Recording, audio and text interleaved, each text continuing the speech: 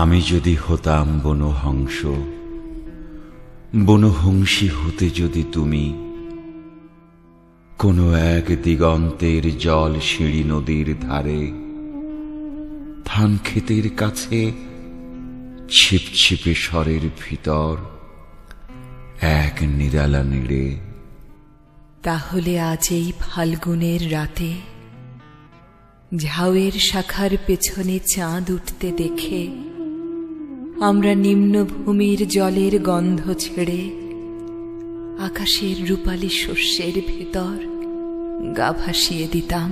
তোমার পাখনায় আমার পালক, আমার পাখায় তোমার রক্তের স্পন্দন।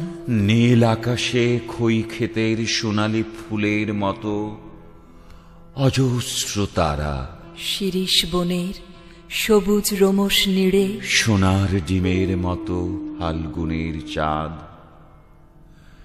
হয়তো গুলির শব্দ, আমাদের তীর্যক গতিস্রোত, আমাদের পাখায় পিষ্টনের উল্লাস, আমাদের কণ্ঠে উত্তর হাওয়ার গান, আমাদের কণ্ঠে উত্তর হাওয়ার গান।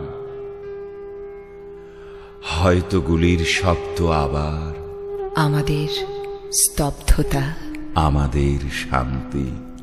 আজকের জীবনের এই টুকরো টুকরো মৃত্যু আর থাকতো না, থাকতো না আজকের জীবনের টুকরো টুকরো সাধের ব্যর্থতা ও অন্ধকার।